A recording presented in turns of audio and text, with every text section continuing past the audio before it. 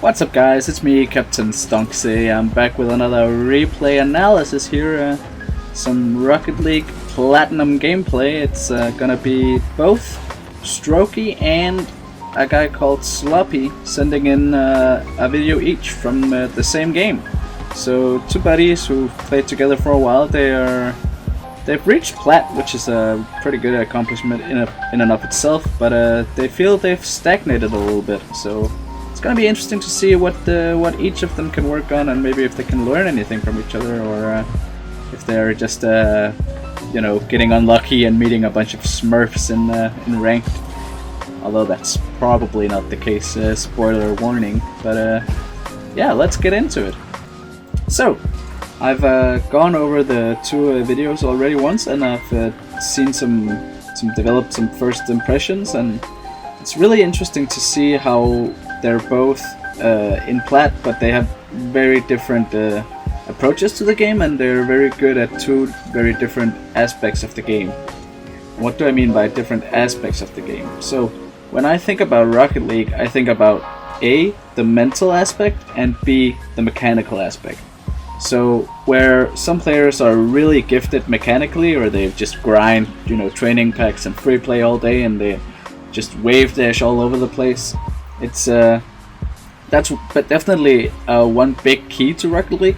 But another often overlooked aspect of Rocket League is the mental aspect, where you're supposed to be on the pitch. What are your decision-making abilities? Are you rotating back post, or are you just chasing the ball all around? And so it's a very interesting sort of interplay between those two that really makes a great Rocket League player. You need to find a balance of how much are you going to be putting into mechanical ability, and how much are you going to be training your mental awareness and capabilities. So, and in this case, we have Sloppy, who's the rock solid player when it comes to the mental aspect, and we have Strokey, who's much more mechanically inclined, and also just overall faster on the pitch. So it's gonna be really interesting to dive into just those two key differences and what the two players can maybe learn from each other. It probably explains why they're working so well together, that they managed to reach Plat, because it's oftentimes when I play, I'm the more mental kind of a player. I'm very analytical when it comes to my Rocket League play. So I absolutely love it when I have some mechanical genius who doesn't really know what he's doing on the pitch, but does it, because that means that I can sort of rotate around him and just set him up to make good plays. So that's definitely the role that I see Sloppy having in this field, but in this team. But I would love to see him be more of a just grind some free play, maybe some 1v1s, and just develop more of those mechanics. Where if we hop over to Strokey, there I would love to see him being more mindful of his rotations and where he places himself on the field. So without much further ado, I would like to just jump right into watching both of the games with you guys and sort of commentating over it without pausing too much and getting too much into detail, just so that everybody can sort of see both videos and sort of follow along with when I'm analyzing it. So let's take it from the top here with Strokey, the more mechanically gifted or inclined player, and it looks like it's going to be his kickoff. So I comment on this a lot because kickoffs happen so much in every single game. It's really something that a lot of players overlook. They just kind of do it and then move on with the game, but it happens so much every game that you should be actually focusing quite a bit on it. So what I don't like seeing is boosting all the way and jumping into the ball. I really want to see a flip, especially from someone like Strokey, who has the mechanical ability to do it. I think it's just a matter of actually grinding out a couple of kickoffs, maybe as a warm-up, each session, just go into free play and hit reset, do the kickoff, hit reset, do the kickoff, hit reset, do the kickoff until you're comfortable just nailing that flip and that moving into the bowl. So a quick move into to analyzing the kickoff here. What I would like to see is flipping, landing, and then paying attention to what the other person is doing and counteracting that. That's the high level kickoff that I personally use myself, and it doesn't need to be a fancy flip or anything. Just a simple front flip, landing, and then being able to counteract whatever is happening. So the problem with it is a one kickoff, so it's a successful kickoff, but you're left with almost as zero boost, and it's just not as efficient as it could have been. And it seems like a detail or maybe a minor thing, but it becomes a big thing because kickoffs happen so much every single game. So just something that I see a lot from lower ranked players. This is platinum, so it's still quite high ranked, but it's something that you don't see it at all in champ or above. So, and it's one of several things that are keeping players from ranking up. So, but beyond that, it was a very successful kickoff, and they have a mate who just scores a goal right off the bat. So, good job on the on the other mate, Sulai, or what his name is. So, really good challenge here. Let's take it back a bit. After I've been talking so much about the kickoff, I need to start getting back into the game. So good challenge here. Unfortunate touch, not getting the goal. That could have definitely been a goal. Little bit awkward coming back here. So this is what I was talking about with the mental rotations, the mental aspect of the game with the rotations and the awareness. Because you're coming back from having been in a first man position, you should be going to a third man position and just not getting in the way of your teammates, basically. So here is a place where you're not really going to be able to do much. You can maybe harass this guy a little bit, but you should just be focusing on assuming third man positioning after having been first man. So this is a little bit awkward, getting a touch and then staying on the ball instead of just moving back and letting Sulai get into the play.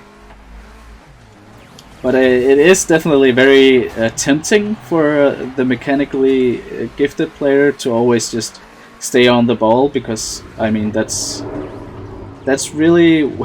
what you see a lot actually with players who comment on YouTube videos who don't understand why someone who is maybe not moving around the pitch so fast, how they're so highly ranked, and it's exactly because of the mental aspect of the game. So a little bit passive here with staying far back and then having to spend a lot of boost getting into the play, but it's not too bad, and it's a very nice goal here, so it ends up working, but I would have liked to see him be a little bit further up the pitch there. So kickoff, staying back, a little bit passive. It's understandable, but I would say maybe coming into Diamond, you're gonna be wanting to always be moving around, basically. It's not a very good idea to be that protective of the net. Maybe people in gold or below definitely need to be staying back, because there's always a risk of your teammate just whiffing the kickoff or being completely dominated on the kickoff and the ball just going straight into the goal. But it's not something to be worried about, I would say, in Plat or Diamond. But it's still understandable, I would say, at this level. Really good touch on the ball here, coming off the wall. And this is definitely what I wanted to see, going from first into third. And Sulai here doing what I'm a little bit upset with Strokey for doing all the time. So This is the exact same situation as before, where Sulai is coming back and the ball is coming back, and Sulai thinks that he should still be, you know, engaged with the ball. Sulai needs to just move back and become third man after this in this situation, and allow Strokey to get involved with the ball. So definitely a misplay from Sulai here. See, it doesn't end up costing a goal, but really unfortunate spawn there, ending up getting bumped. Really good good clear out here, staying in the play, and then moving out. This is definitely the good rotation that I want to see. Moving to back post, letting the other players get in on the action. So we definitely see that Strokey is one of the faster players on the field. And that's something that you can really capitalize on, but you also need to be mindful of rotations. So, oh, getting bumped here. Really good bump from Orange team here. Oh, this is awkward. Yeah, it's a really good bump from Orange team here onto Strokey, and then it's just it becomes a really tough situation to deal with in defense. So. Okay with the kickoff here from Strokey, just collecting small pads, sort of seeing what happens with the play, how it develops. A little bit positioned aggressively here, not totally ready for the clear. Becomes a little bit of a panicked situation here in defense. Let's see what actually happens. So Strokey goes back. He's still first man in position. So this is that's not a number one. Still first man in position. This is definitely his ball to be attacking.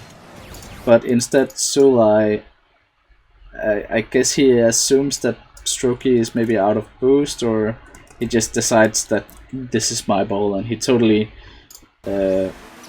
engages prematurely instead of letting Strokey do his thing. So, but it's to be expected in Plat that rotations aren't, you know, perfect, and there's probably a lot of mistrust as well. I've gone through quite a few Platinum games as of now, and there's definitely a lot of mistrust. So you don't really know what your teammates are capable of, and you don't really trust them. So it ends up being a lot of double committing. Which is definitely not what you want to see. So a little bit of an awkward situation here, but a good clear out.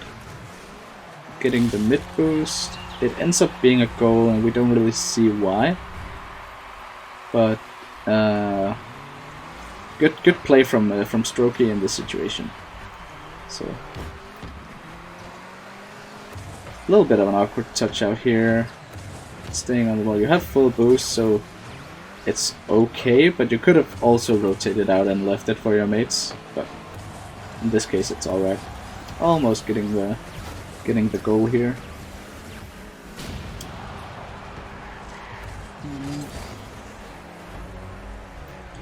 And we see this a lot from Strokey, turning around in this situation after coming back and then deciding to turn around.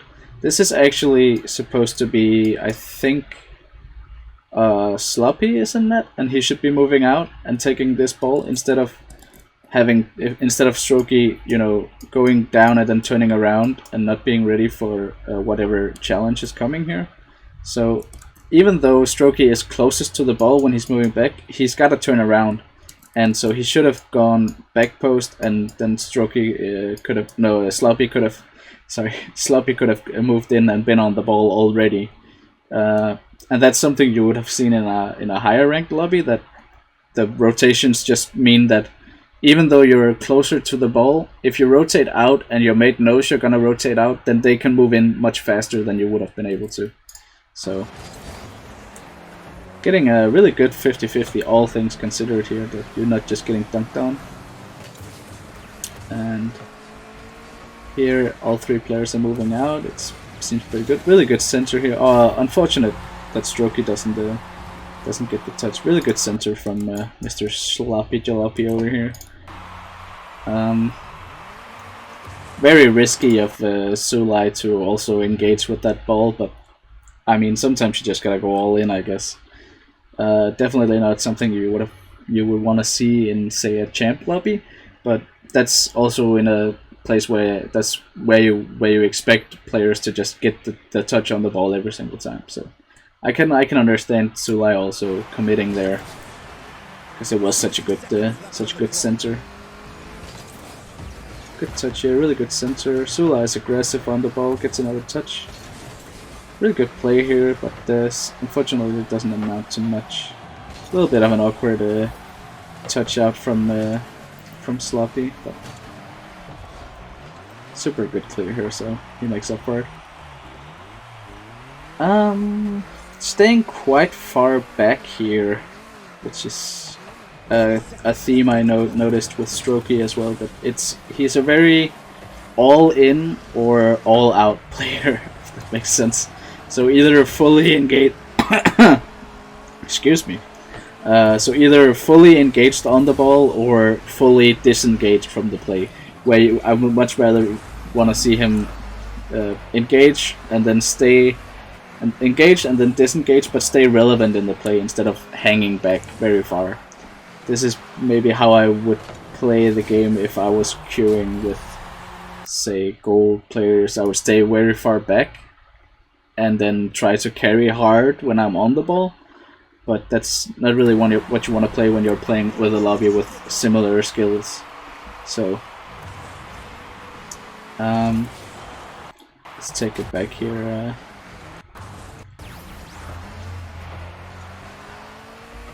Time's almost up. Getting one final big boost grab. Oh, that's a big. That's huge. Huge off the backboard pass. Let's see if anything could have been done differently here from Strokey. Definitely a bit aggressive, all things considered, when moving back. It becomes a very confusing rotation play here, sort of staying a second man here, number 2 man, with Sulai being first on the ball, and then Sloppy is third, and then Strokey moves back, becomes third, and letting Sloppy take on second man position because Strokey has run out of boost. But then what happens is you kind of go back into second man position with very aggressive boosting up the field, where I would have expected Sloppy to have moved up and been second man instead of you. So definitely a little bit awkward here, but we'll have to see it from Sloppy's perspective as well to see what actually happened or what went wrong. Of course, that's coming up after this one. Good kickoff here, using all the boost, but getting the win. So I can understand it while it's still in Plat. So, but definitely something to work on. So, staying better positioned here up until so when you see a lot of chaos in the corner like this, the ball doesn't have a lot of speed on it, so it's not gonna be like all of a sudden hard cleared out or anything like that. So definitely a good idea to turn around here, and then this is where it becomes a very very risky situation to have been turned around, because now the chaos has dissolved and people are ready to make plays again. And it becomes a really very hard pinch clear from our team, but definitely works out for a blue team, as Strokey does end up getting a good clear. Very risky ball here, but huge challenge. So good job on Strokey. Very good touch here as well, getting a lot of power on it, sending it to the backboard. rotating back and cutting rotation again here. So this was another example of what I definitely did not like, and I understand it completely. I see it a lot, that the mechanically gifted and the speedy player sort of wants to do everything on his own, but Sulai down here is third man, and he should be moving up, and you should be assuming third man positioning. So what ends up happening here is you are both moving towards the ball, but you've just been moving back. So that's what it should be, but instead you turn around and sort of cut off Sulai here. So Sulai has been forced to sustain that when he actually would have had the better play on the ball.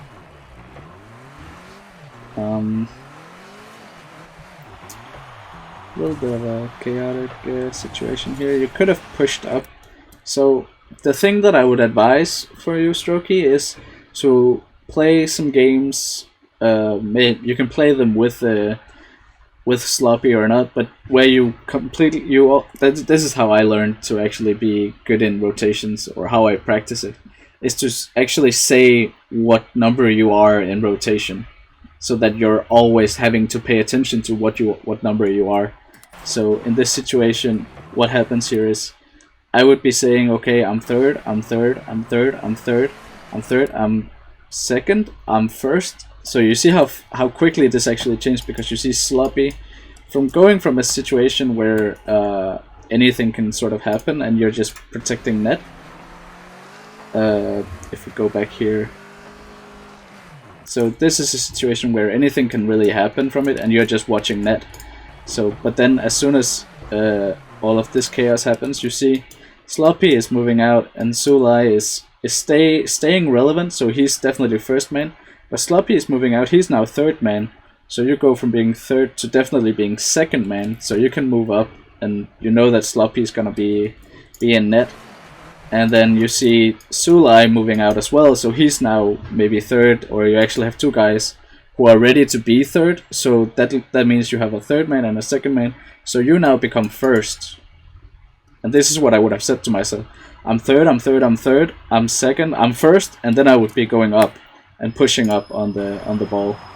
So already here I would be putting on a lot of pressure, and it would have added a lot of pressure, and that's just something that, you know, that you need to be doing it at this level to rank up. You need to be quicker in your decision to move in and stay relevant.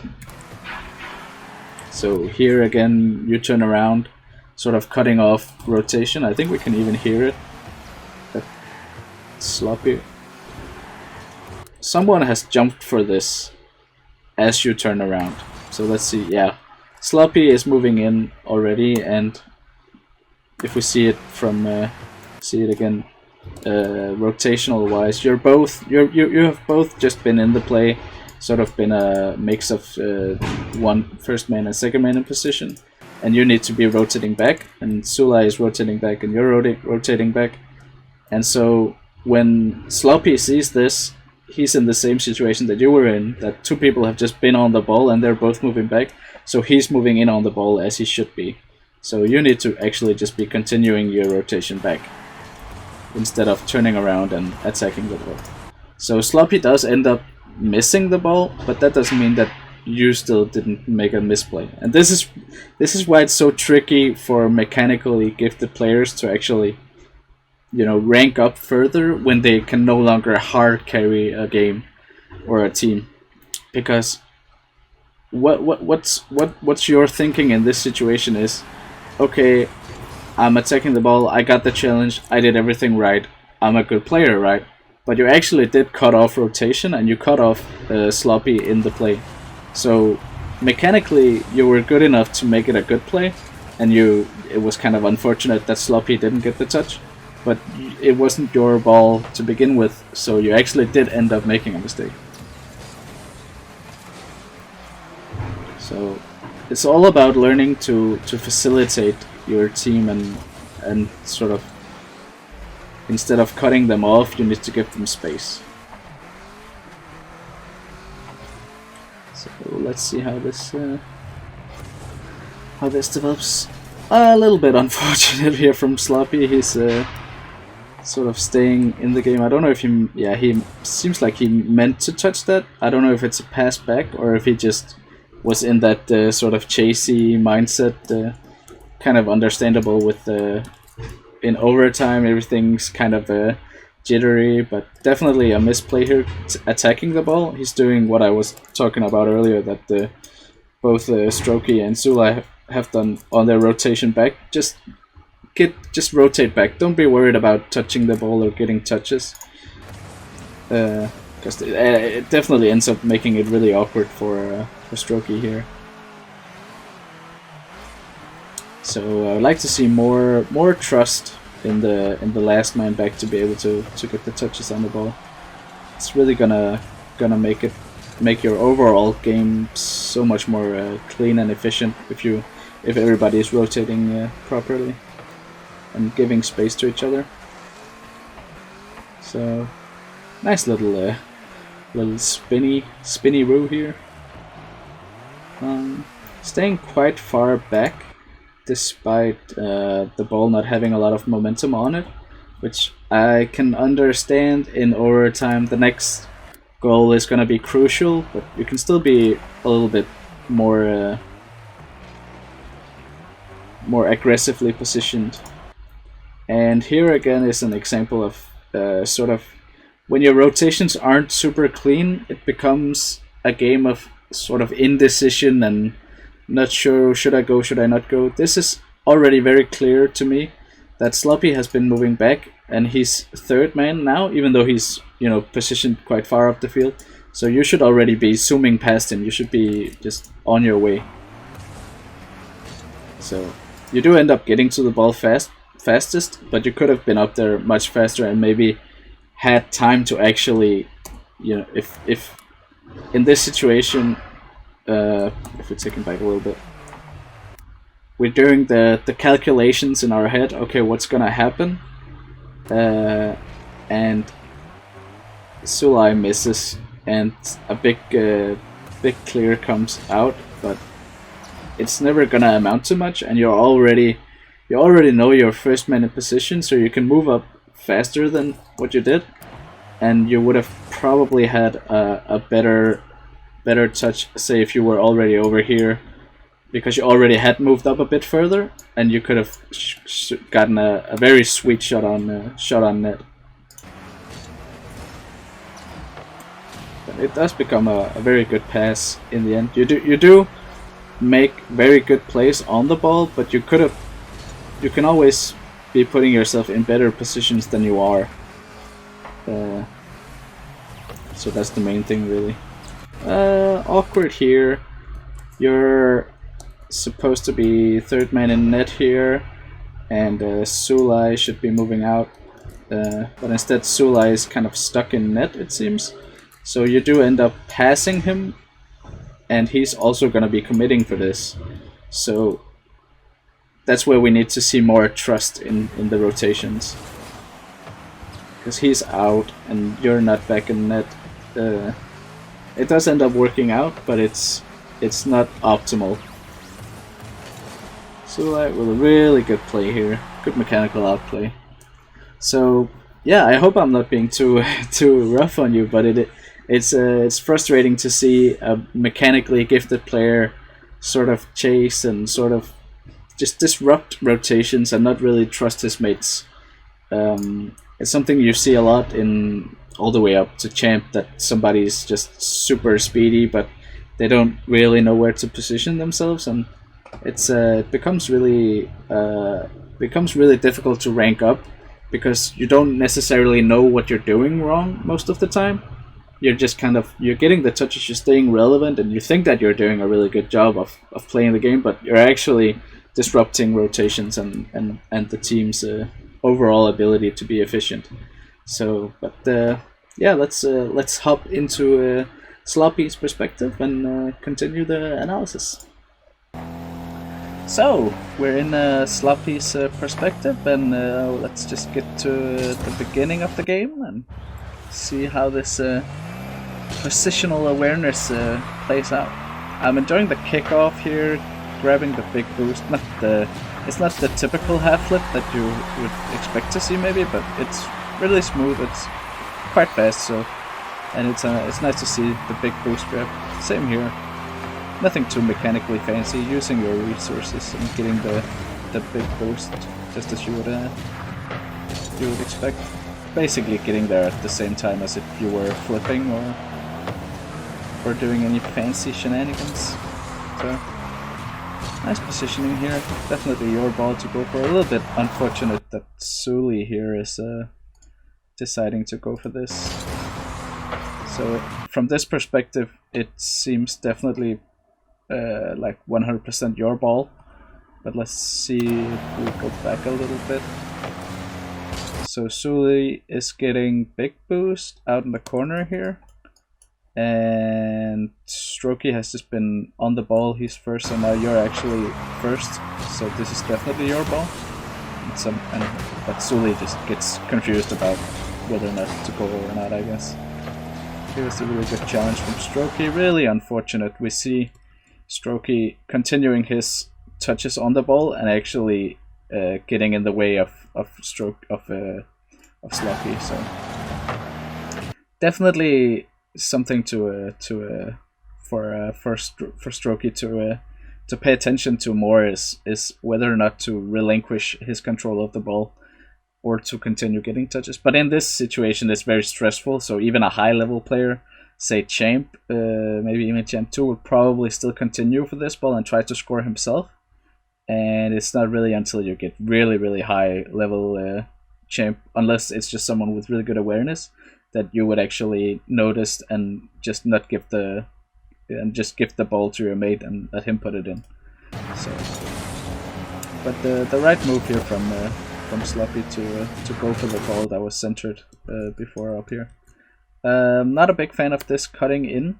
This is sort of a common theme in this match, that whenever you're moving back and the ball is moving back, this is not a time to engage. This is at the, you can maybe go for a demo. That's the most aggressive I would want to see people being, because what's gonna happen if you get the ball here, it's just gonna be 50-50 and then go into net or something. There's nothing good that's coming up from this. So just, go back, grab the boosts and rotate back. Maybe pick a boost lane and grab a bunch of small boost pads. This challenge is never really gonna be too productive, I would say. So maybe if you spot a really good opening where you can actually just dispossess the opponents and pass it to a mate, but 9 out of 10 times it's a misplay trying to make a challenge on the way back. So let's take it back here. Really good touch here out to the wall, trying to go for it. The mechanics are not quite there, but it is the right decision. So that's a really unfortunate risky back pass. And it causes all kinds of chaos, but it looked like you literally just had the ball shoot into you from Sully here. Yeah, Sully gets the good challenge. Just unfortunate. There's nothing to be done there. You could maybe have positioned a little bit wider out, but yeah, there's no way to predict that. So nice to see the patient pushing up here, good, adding the right amount of pressure. So Sully should be going back to be third, and Strokey should be second here. He's right to your left. So this is your ball to go for. A good center would be really good to see here. Definitely the right choice here, trying to get the center. A little bit aggressive, staying on the ball, just like Strokey would, but this time it actually works out really well for you. So nice job picking up on the chaos that this creates. As soon as you have 2 people committing from the opponent's side, that means you've done a really good touch. That's really something that I tend to focus on when I'm playing at like the highest level Grand Champ matches, is can I make a touch that makes them commit 2 players, because then they're wasting a lot of resources. So as soon as you can make a touch that makes 2 or more people commit, then you've done a really good job. So nice to see the capitalizing on it here. And this is, you were just first man in position, but the other 2 guys are so far away from the ball that this is still yours to sort of go for. So it's one of those touch and go moments where you could have rotated back, you could have also stayed on the ball, and it ends up with a goal. So it's almost gotta be the right choice. Really good job from Strokey following up on it. Super good play here. So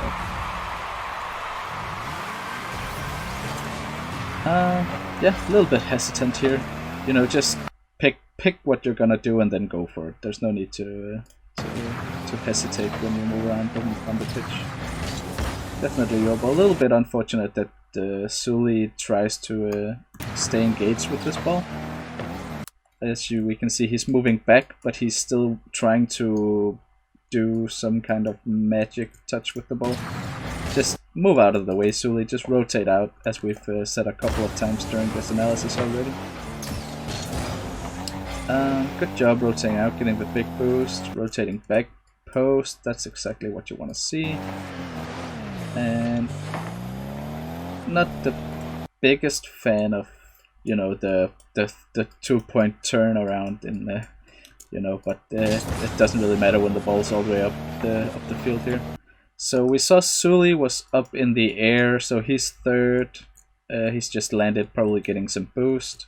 Strokey was just on the ball. He was first. Now he's supposed to be moving into third man position, and Sully should be moving up into second man. And of course, Sloppy here is gonna be first man on the ball. So really good pass here. Actually, this is something that I definitely love to see, because you always you have so many options when you're in this situation of you have the ball, they're not really attacking it. So this is probably the most amount of options that you're gonna have throughout a game. Like, you have the ball, there's nobody really challenging. You can do a double tap if you're squishy muffins and you just shoot it into net. You can shoot it hard off the backboard and get the pass. That's gonna be a little bit easier for them to deal with. But if you can just get the direct path, the direct pass. I'm sorry, I can't speak apparently. If you can get the direct pass, there's no way for the defenders to really work to do anything about that, and then the shot can come off right away. So the pass is a little bit too close to their net, but it becomes a really difficult ball to pass straight out to Sully. But definitely the right idea of the pass here. Really good play there. A lot of players would just smack it off against the backboard. Definitely an awkward read here off the corner bounce. This is also, I would categorize this as a mechanical thing, learning to read the corner bounces and the wall bounces and all that stuff. So definitely an area to work up on is the corner bounce, because you're doing the right thing. This is your ball to go for, but it becomes a really awkward situation when you don't execute on the right decision. So this becomes something that you work on, but it's also something where you need to know what your capabilities are as a less than godlike mechanical player, But again, if you're two goals up, this is exactly the right time to start pushing yourself and maybe taking risks and improving, even if it might cost a goal. Because that's how to improve. So you want to always be pushing yourself further whenever you're ahead. Getting right into that zone where you're a little bit uncomfortable, but there's still a good chance that you could be successful. Really smart play here, not going for the ball. So this is definitely something that impressed me a lot with Mr. Sloppy Pants here. Sloppy something else on Reddit. So that's why I'm just calling you Sloppy. But most players would just zoom right into this and just see the ball, go for the ball. But notice where the ball is headed right now. It's going straight into their net. So faking the challenge and sort of making him worry about what you're gonna do and not touching is definitely a high level awareness play. So that's something that definitely impressed me a lot with Sloppy. A little bit awkward here in the corner. Let's see. You get a good touch. You should just be moving back. Yeah, that's a good job. Flipping back, flipping back. You can sort of slow down the play like you are doing here and create some chaos so that Strokey can make his way back. But that becomes awkward when Sully is also thinking the same thing, seemingly. So that just becomes a little bit of a struggle. It becomes a very risky center for Sully. That's 9 times out of 10 that's the wrong play, unless you are sure that you can take it up against the back wall. You never want to be taking it across your own net, because that could easily have been a goal for Orange team. But. And the thing that Sully, this is not to analyze Sully too much here, but the ball in this position is not in a danger zone. A lot of players tend to forget or just not be aware that the corners are not a dangerous place for the ball to be in. What's the opponent gonna do? There's no way that they're gonna get a goal from the corner. So just leave the ball here, Sully, and let Strokey or Sloppy or someone else deal with it who are in a position where they can push the ball the other way. Because Strokey's in net, and even if they do sort of get a weird, center, it's not gonna be a very powerful center because the ball is practically laying still in the corner. So just leave it and rotate out and get ready. So, but definitely a little bit ball chasey is Sully here. This is this was the awkward, really awkward save. Really tough to deal with. Let's take it back and see what actually went wrong. So Sully gets the awkward center, and they get a pinch, and it's a whiff from Strokey, and a really good, just super good ball control from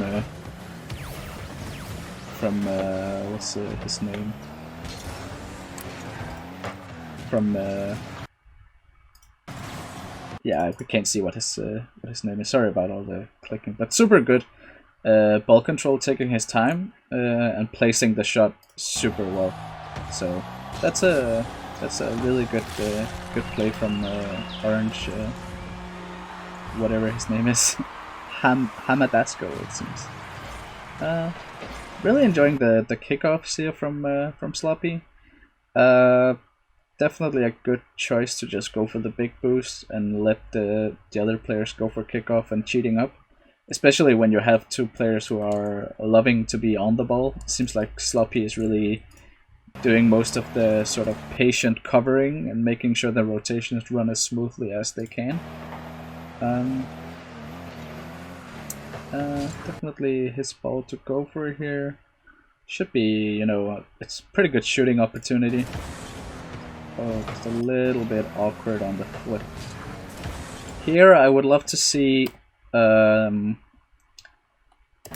using car cam instead of ball cam, because what happens is the camera is gonna be moving in a really weird way, and you're sort of not sure where to flip.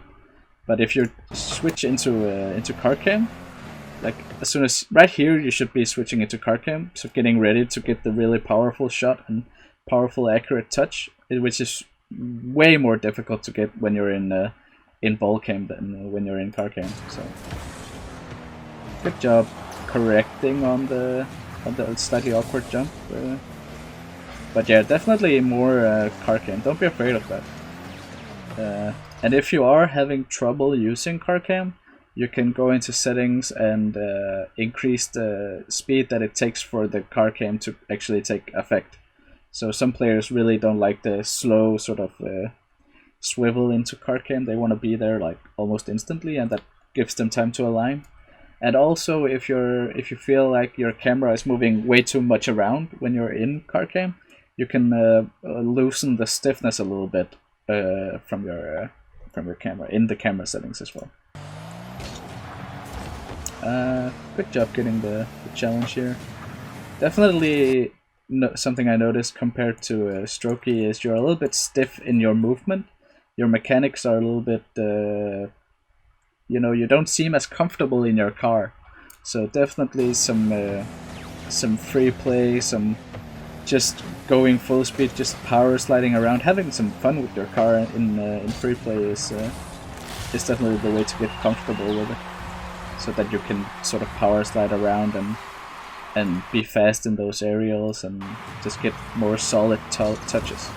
I wouldn't advise doing what they call training packs, because that's just the same shot over and over, and that's never what the game is like anyway. So you want to be just in free play, zooming at the ball, power sliding around, putting yourself in that spot where you're a little bit uncomfortable with what's happening, because that's where you really learn a lot about your car. So you wanna have those. A YouTuber named Kefbert talks about blackout moments where you're not sure what your car is actually gonna do. That's really where you learn a lot. If you can put yourself in a position where you don't know what your car is gonna do, you learn from what it actually does in that situation. That really teaches you a lot. So that's something I would definitely advise. Just hopping into free play a lot more and just goofing around and getting to know your car and how it reacts with all the different inputs, and maybe practicing wave dashing, or you know, some of those more advanced mechanics, getting really good at half flips. You know, it doesn't have to be a grind and a chore in free play. It could also just be it could also just be a really fun time learning, you know, difficult mechanics, even though it is a lot of penalty in a sense, because you just, if you fail, it feels really bad, but then, you know, you just have to accept those failures and failures and failures, because that's what it takes, and then eventually you learn to half flip and ceiling shot and all those fun things. So, but this move especially impressed me, the awareness of the double demo attempt. This is something that you know, you don't even see in Diamond, that players are actually aware that they're getting demoed. Good touch here, definitely wanting to see a center ball here. Really good center. You kind of keep going for it, and that would have been a misplay, because in a counter attack like this, the other team isn't back yet, so you just want to center it really softly so that they don't get they will have a tough time getting the touch, but you really want to make sure that Strokey can get the touch here, or Sully is coming in from the side and can get the touch. So the second jump, trying to go for the ball, which would be a more difficult mechanical play, would have been a misplay. But definitely a really good job avoiding the demo, taking the ball up the field, and getting the center for your mates. So that's exactly what I want to see. I'm a little bit disappointed that we don't get to see you go for a kickoff, because I would like to see what you actually do when you're the one who's supposed to be going for it. Super good patience here. There's no need to rush the challenge as a third man. You have two guys up in net. You need to be buying time right now, and that's exactly what you're doing. Sort of moving in, faking that you're gonna go for the aerial challenge, even though we probably both know that that wouldn't be something that you would win. But it puts Malaysian in a really awkward situation of having to go for the ball. As soon as he sees you sort of tease the challenge, that's when he knows that he needs to go for it. So this turn infield, maybe Malaysian isn't really even aware of that, but at a higher level, this little fake challenge is definitely something that buys you a lot of time, and it makes Malaysian. It would have made even a champ go for the ball and go for the shot or go for the challenge, because you're faking that, you know, your body language is sending the message to his controller that okay, he's jumping for this, so I better also jump. But then you turn back around and you don't go for it, and it just buys you a lot of time, and you're back on defense, and everybody's back. So really good play here. It's still you're still the one who's supposed to be going for this, because your mates have just come back and they're probably not on full boost. So it's good job taking charge in that situation, getting the clear. Here you need to be starting to rotate back, because they will be ready, and you're just kind of staying involved in a situation where you're not able to get any kind of good contact.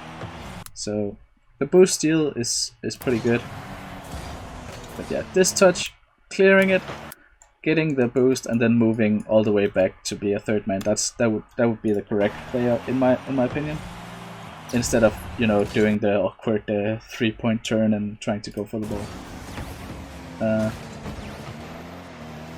Good touch here from Sully. Again, you're kind of staying involved. I don't know, maybe he said that he didn't have any boost and that's why you're hanging around.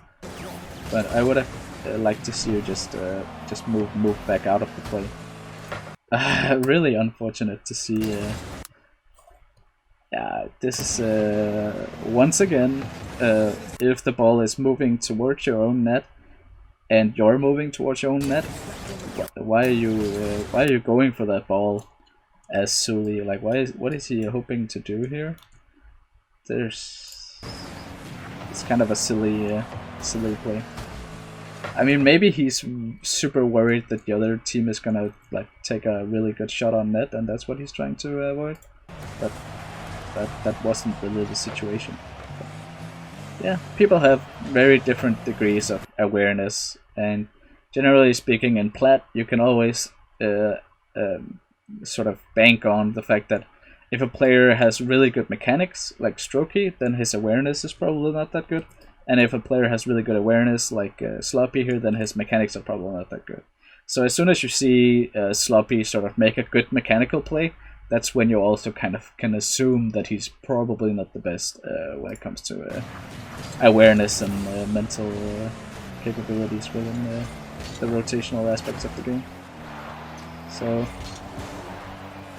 I don't know what we can call this move, but it was definitely an interesting one. Yeah, not too sure about that one. Definitely a new trick. I don't think I've seen that move before, so really difficult read here. Not something I would expect. I wouldn't even expect a diamond to be able to read these. These are definitely some of the hardest balls to read.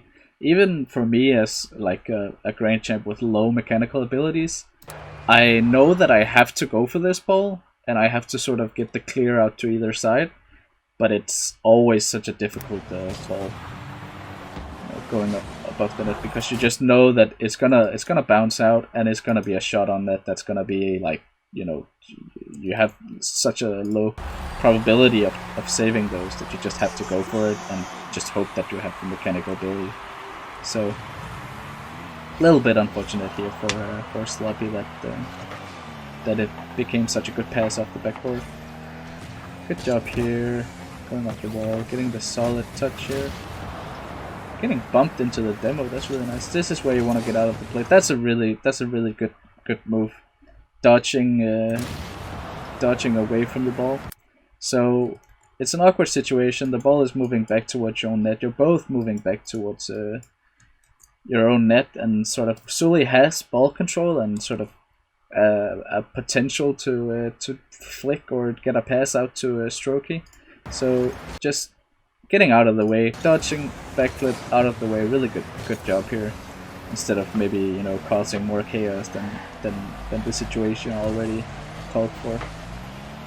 What was Sully doing here? Gonna have to off the back. That's a play, definitely. I would not expect anybody in Plat to be able to sort of get a really good clear there, but you know, he tries it, and I can respect that. It's 30 seconds into overtime, but let's just throw ourselves into the air. Good job on Strokey to get the actual good play and get the clear. This becomes awkward. So second man in position, first man in position. But we don't know where Sully is. He's probably moving up. He's ready to take over if you don't want it. If you don't want the ball. So as soon as it becomes a really awkward clear out into the side, and you're no longer, you know, in a good position to attack the ball, just, you know, don't be afraid to just say, okay, this isn't my ball anymore. I'm not in the best position. And I would think that Sully is coming in for this ball, and he's got a really fortunate angle because he was further back. So that's what I would expect from this. It is a good challenge here. Decent. Okay, Sully's way back in net. I don't know what he's doing down there. Maybe because it's overtime. Maybe he set defending in net or something. But then it becomes a good play. But never be afraid of, you know, just going out of your poor first man position without getting the touch on the ball, you know. Definitely getting the most of it from the very awkward situation here. Good challenge here. Putting enough pressure on to take whatever this guy's called. That he just slams it into the wall and sort of passes it down to your mate. So good job, all things considered. Just be mindful that you don't always have to go for that ball if it becomes too awkward. Really good touch here. Super good play. I'm really enjoying the awareness and the mental capabilities from Sloppy here. So taking some time to figure out what's going on in the corner here is definitely a decent play. You don't really need to be touching the big boost when you have full boost.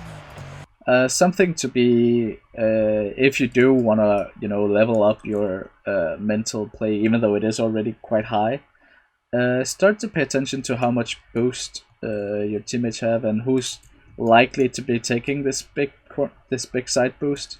Because if it's the opponent, then you definitely want to tap boost and steal it so that they don't get it. But seeing as you have two players who should be moving back now, you definitely did the right thing in leaving it, even though I don't know how intentional it was, since you just couldn't get it with full boost. But now it becomes your ball. Strokey this is the play where he turns around and sort of goes for the ball, even though it was definitely your ball to go for. And it does end up working to his favor, but if we see it from your position, you know, it definitely highlights that it's a little bit of a silly play for Strokey to turn around here instead of just, you know, going down and taking that mid boost that you so generously left for him. But, you know, you also gotta sort of be thinking about, okay, how good of a mechanical player is my mate, and will he be able to get this? And, I mean, I guess he banked on it, that you wouldn't be able to get this, but it's definitely something that I would be expecting my mate to be able to get, and just an unfortunate mechanical play. That's definitely where what Sloppy has to work on is the mechanical side of things, and just, you know, spending some time in free play, getting comfortable with his car and getting comfortable with the car cam and getting comfortable in the air. That's it's a more fun thing to get to practice, I would say, than the mental aspects of the game that Strokey has to work on. Because let's face it, you know, ball chasing, going a million miles an hour, having a good time in Rocket League, that's where the fun is at. For most players, at least. It's also super satisfying when you get a good pass out, when you've kept that mental map in your head of where the players are, and you get to nail that perfect pass and see them score the beautiful goal. But, you know, getting to zoom around and ball chase and have a good time like that is also just naturally fun, which is the kind of fun that you get to have now, and maybe go into casual and just ball chase to see how fast you can be on the pitch and sort of, you know, be a little bit more move more like water, like Strokey is, instead of being that solid rock, where a Strokey needs to move less like water and be a little bit more of a solid rock when it comes to rotations. I see from this perspective that it actually does appear that you are making a conscious effort to pass the ball back, which is a really good play, but it's a shame that Strokey is not expecting it. So, you know, Strokey could have been positioned back here a little bit more defensively, but, you know, that's not really what the situation is calling for. So, risky back pass. I don't hate it in this situation, but yeah, when you're not in comms, it's a risky pass, but you're never gonna be, you know, left in too bad of a situation passing it back when you have all three players ready to take care of the ball.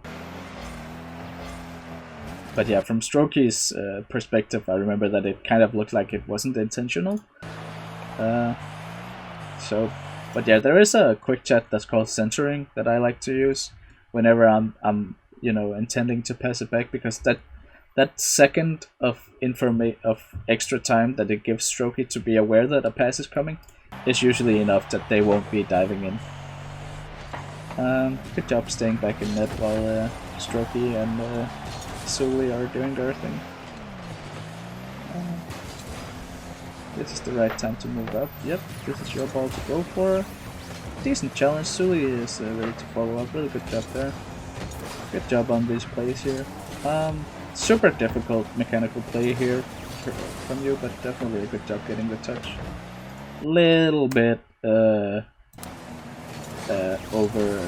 overly aggressive, but you know, it's forgivable.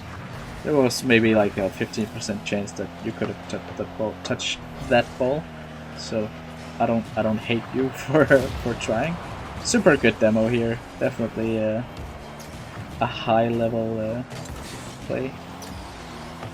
Ooh, super good pass out from Malaysian. I don't know. I would be a little bit salty that that he doesn't get a better touch, and he gets in the way of Hamasco moving up. So unfortunate play from Mr. This guy down here, but that's not who we're supposed to be paying attention to. So let's take it back. That was just a really good pass, really high level pass out. So unfortunate to see that they don't get more out of it. This is definitely a place where you can be more aggressive in moving up. The ball is jumping awkwardly, and you know, you're not sure. There's, you know, maybe 20% chance that you can, you know, get a good touch on the ball, but you are first man in position in this situation. Sully is rotating back and soon to be ready to cover the net, and you have Strokey in net covering net, so you just need to be zooming out to this and covering and just making the most aggressive challenge that you really can, instead of, you know, not even boasting and just sort of gonna add a little bit of pressure. Maybe I'll get to the ball someday, you know.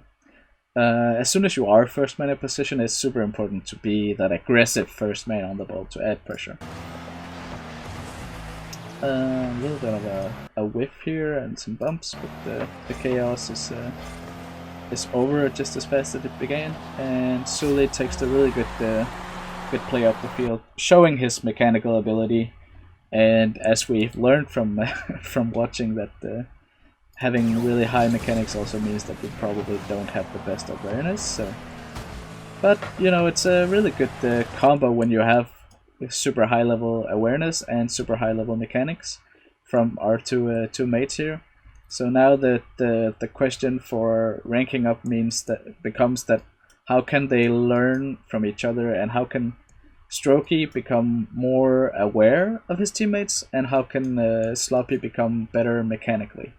So that's what we'll be diving into for the final segment here of the video. Overall, really impressed with these two guys. Definitely super good mechanics from Strokey and super high level awareness from Sloppy, and it's an interesting, you know, conundrum, because I would say that Sloppy is 100% aware what he has to improve on. It's his mechanics that are lacking, and I'm sure that he knows that. Whereas Strokey, I would say, probably has, you know, actually really bad odds when it comes to knowing what he has to improve on, because his mechanics are really good, and it's very difficult to know what you're doing wrong when it comes to rotational awareness. Like, that's where you really need to either look at your own replays or to post on Reddit and hope that some really nice guy is willing to do some replay analysis for you. So, you know, I like to praise myself every once in a while like that. But let's get into some tips for improving. I've already sprinkled some tips in there during the analysis, but I would like to just take a concluding segment here where I highlight all the tips again. So Mr. Sloppy, this is my coaching advice for you, specifically tailored, custom-made training advice for you. Hop into free play and unleash your inner monkey. Just go absolutely bananas with the speed. You basically don't even want to be, you know, letting go of boost. You just want to be going as fast as possible at all times, generating a ton of power on the ball and getting follow-up touches where you generate more power, and so on and so on. You really want to be pushing yourself to, you know, putting yourself in awkward situations, putting yourself in situations you're not completely comfortable with. Because, you know, if you're doing stuff in free play that you're completely comfortable with, then you're just not, you know, gonna be learning anything. And at the same time, you don't want to be, you know, training to get like seven flip resets in a row, because that's also just, you know, that's something that's so way out of anybody's league at this moment that it's that is not the right thing to be practicing. You want to be practicing the things that you do the most. So, you know, don't be practicing ceiling shots or, you know, insane air dribbles or anything like that. You want to be, you know, focusing on the core of your gameplay, and, you know, just pushing that to the next level, which is that's what you want to be doing, rather than, you know, trying to do crazy stuff. So for aerials, I would still advise training packs, but generally you should be spending most of your time in just free play. Or if you don't want to do just boring old free play, you can go into casual or 1v1 and just unleash your inner monkey there. If if you're desperate for that somewhat competitive environment. But primarily you should be just in free play, I would say. And, you know, going really fast, you know, pushing yourself, getting a lot of touches on the ball. And specifically for you, I did notice that you didn't use your ball cam toggle that much. So definitely that's something you want to train specifically. You know, basically whenever you want an accurate touch or a precise touch on the ball, you should not be in ball cam. That's, you know, dribbling, shooting, or, you know, specifically passing maybe. You know, if you're just going around, you know, you need a big clear, just, you know, there's no need to be, you know, going out of the ball cam for that. But any specific touches, as I said, would definitely improve by not being in ball cam. Because the camera just, you know, it flails around and it's really working against you in that situation. So if you're trying to take shots at net, definitely take off ball cam. And if you're not comfortable with taking off the ball cam, maybe it's because you're doing it too late. So, you know, if you're taking a shot and you've got it all lined up and it's perfect, and then you switch off ball cam in the, you know, last split second, that actually can throw you off. So it's better to, you know, learn to take off ball cam early and just be comfortable in car cam or whatever you call it. And also in the settings there are, you know, this specific setting down here, transition speed. And if you don't know what it does, basically it's how quickly the ball transfers from ball cam to car cam, how quickly the camera transfers, sorry. So if it's at 1.0, which is default, it's quite a slow movement around. But if it's at 2.0 at max speed, it's just, you know, it's an instantaneous cutting, which is, you know, that's gonna throw most players just off entirely. So I don't think I've heard of anybody or seen anybody who plays like that. So I would say both 1.0 and 2.0 are bad choices, and anywhere in between is pretty much okay. I tend to go for 1.5, 1.6, 1.7, just because that still is quite snappy. You know, it's almost as fast as just cutting, but I still get the information of, you know, which way is the camera actually turning. So those are the things I would say to work on.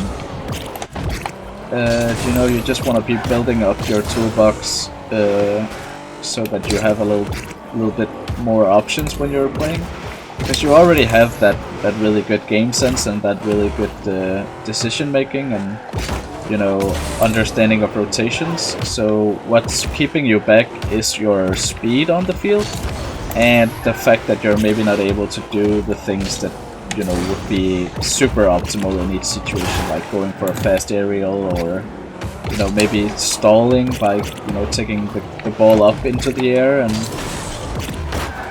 those things. So you want to be sort of taking some tools out of Strokey's toolbox and learning them, where, you know, Strokey sort of has a hammer for everything and in his speed, and he just uses that hammer, and, you know, it's even if even if he's trying to screw in something, he's using the hammer, and because his hammer is so powerful, he still manages to do it correctly, or successfully. So, you know, where you have a limited amount of tools in your toolbox that you use to perfection, he's got a wide range of tools, and he's using them wrong, but it works out because he is so powerful mechanically. I don't know how far I can take this analogy, to be honest, but that's definitely how you can both stand to improve, you know. Strokey needs to learn how to use the tools, and you already know how to use the few tools that you have, so you need to get some more tools in your toolbox and, you know, use them correctly as well. And then you'll basically be champ right away, you know. Like, if you can both learn from each other, and he can develop your game sense and you can develop his level of mechanics, I don't think there's a good reason why you shouldn't be, you know, grand champs by the end of the year. So that will be super interesting to see if you guys can really grind it out and, you know, take some of this coaching to heart. The final advice I would have regarding mechanics is a little sort of a sneaky way of practicing them that I definitely enjoy doing. Going into custom game and setting up an exhibition match and setting the game speed to slow motion using the mutator settings, and then you want unlimited boost still, and, you know, no bots or anything like that. Just, you know, basically set up this nice free play lobby with full boost and no bots or anything. And the fact that it's in slow motion means that you have so much time to really figure out what those mechanical interactions are. You know, it's hard enough to just put the ball on your roof in standard real-time speed, but in slow motion you can basically be just this gifted mechanical genius because it is so slow. So you really get time to analyze every single little touch and, you know, develop that theory of how the interactions work. And as soon as you know the theory behind the interactions, it becomes, you know, that's directly applicable and transferable into a real game, I would say, of, you know, high-speed Rocket League. As soon as you realize that your car is just really a box, that it doesn't really have those curves and stuff, that changes the way that you view the game and play the game.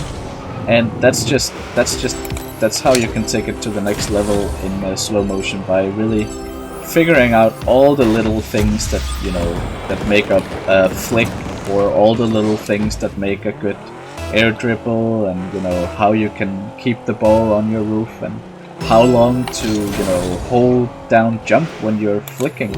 You know, those are the kind of things that become more obvious when you're in slow motion. And as soon as you learn them, it's like it just clicks, and then you can use it in real time, pretty much straight away, I would say. So that's definitely a hot tip. You know, maybe put on a podcast and set this timer to like 10 minutes or something per game, and then just, you know, really grind out those mechanics and get a, you know, deep understanding of how everything works together, and how your car reacts to the ball.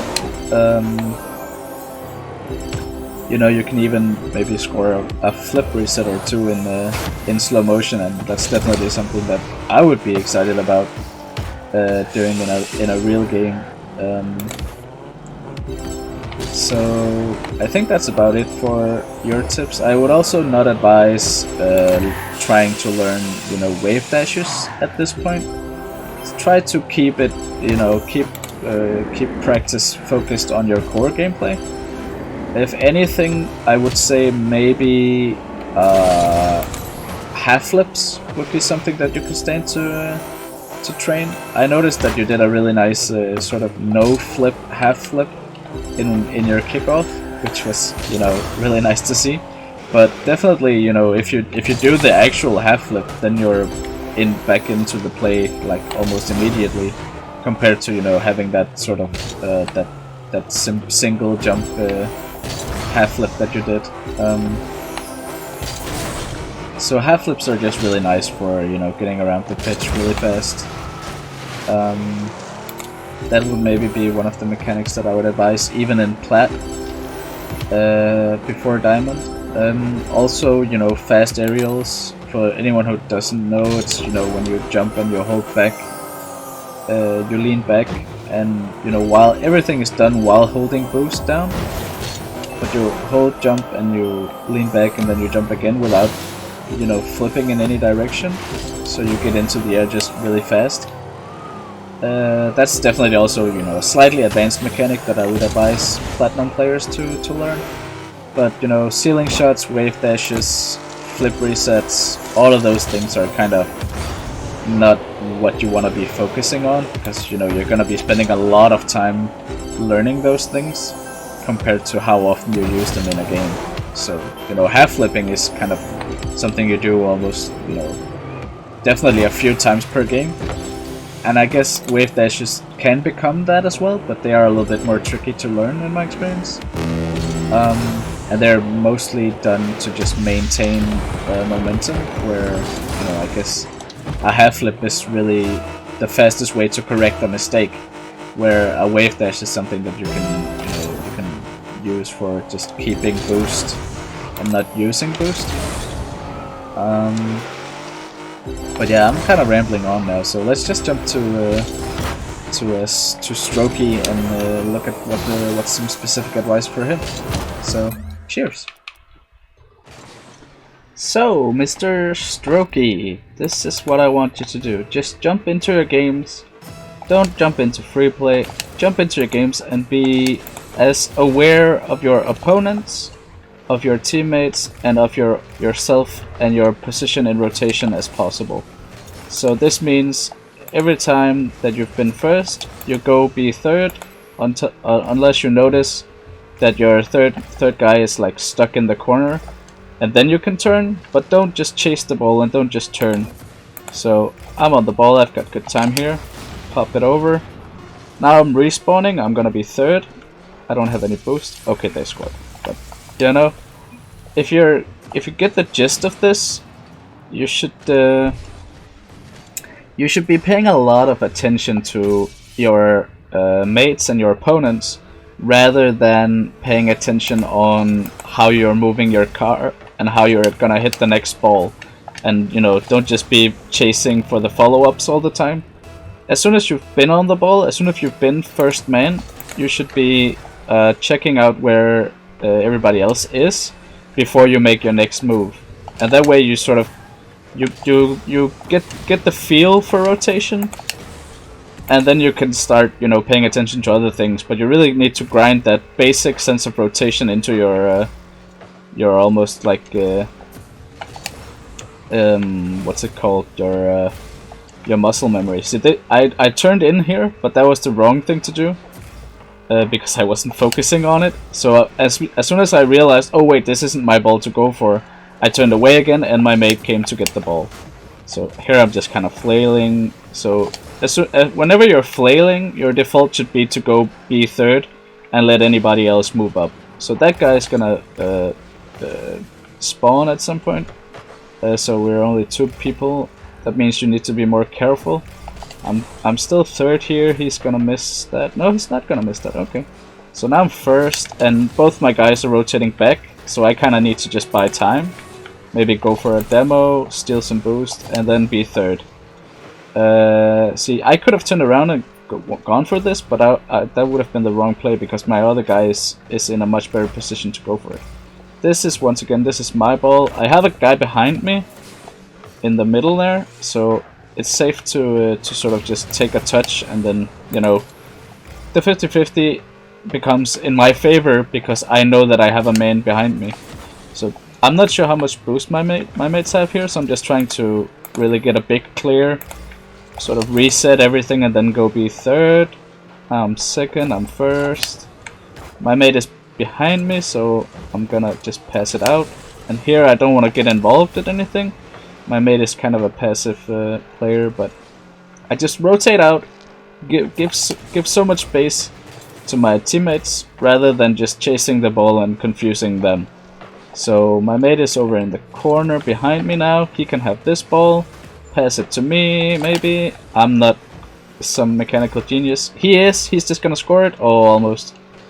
But yeah, just always be aware of where your mates are. Use your camera, use your rearview mirror if you're not in comms with anybody. So right now I'm third, my mate is gonna be first now, he's demoed, so I'm just staying back a little bit for the big clear.